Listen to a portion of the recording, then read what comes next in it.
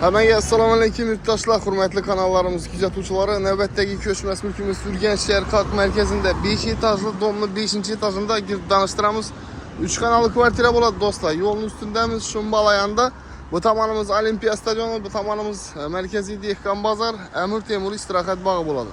Maktabi, bog'chasi, gazi, suvi, sveti, transportlaridan muammosi yo'q. Zo'r tochkada 3 kanalli kvartira arzon narxda chiqdi do'stlar.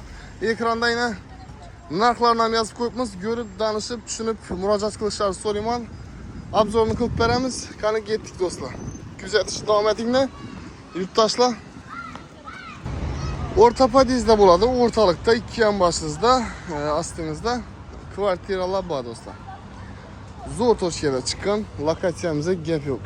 Shu domlarimizda yana o'rta podyezdga kiramiz.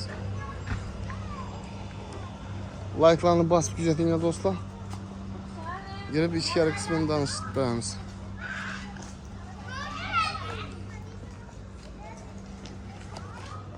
Do'stlar, kvartiramizga yetib keldik. O'rtalikda bo'ldi. Etajimizda 2 xonadan 2 kvartira. Bismillah. O'rta holatda sostaviyasiga gap yo'q. Döşashtirib, sozlab taxlab olaverasizlar inshaalloh. Girgandan chap tomonda spalnyamiz. Tak, bu yerimiz ishli tushgan yurtdoshlar, banda zalimiz. Verandası var, bir yerde balkonu var. Bir yandan görüp gidiyoruz. Bir yanda sanuzeli razdельный. Bunda yine unitazı, hacetxanası var. Bir yerde ise dostlar, görüp durduğunuz değil, yuvunuşxanası. Su çok şurada, su soğuk, sudan muamma yok. Bu aşxanası var yurttaşlar. Taklaştırıp olabilirsiniz inşallah. Отоплениясы bayken. Bu tavanımız arka kısmı zеленый zonasına iyi. Так, ne? Spalni, aqua aynalar. Yanda balkondan çıkış kodu bo'ladi. Endi gelip ko'ringlar. Narxi acayip narxda chiqib turibdi. Arziydi. Do'stlar. Mana ana yerda obzorimiz boshlagan yerimiz bo'ladi. Ikkinchi podyezd 5-etaj yurtdoshlar. Prям mulkiga bilan savdolashasizlar. Sizlerden hiç qanday makler xizmati alınmaydı. Bizning kanallarımızda gelip savdolaşıp halal geliştirip olaverasizlar inşallah. Yurtdoshlar, görüşeceğiz mümkün. Bu tomondan o'tib ko'rsatamiz.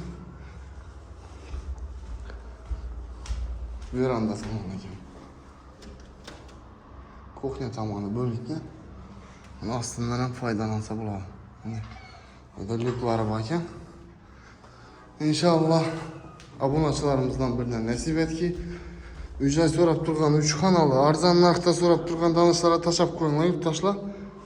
Narxini keladigan bo'lsak, eng qiziqlari 2 xonalı kvartiraning puli 340 million so'm ekan beradigan bahasi do'stlar.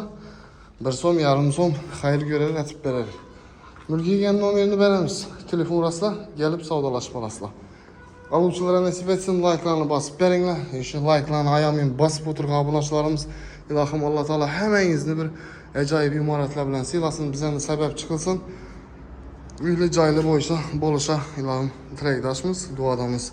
Amon bo'lin, keyingi videoklarimizda ko'rishguncha xayr, salomat bo'ling.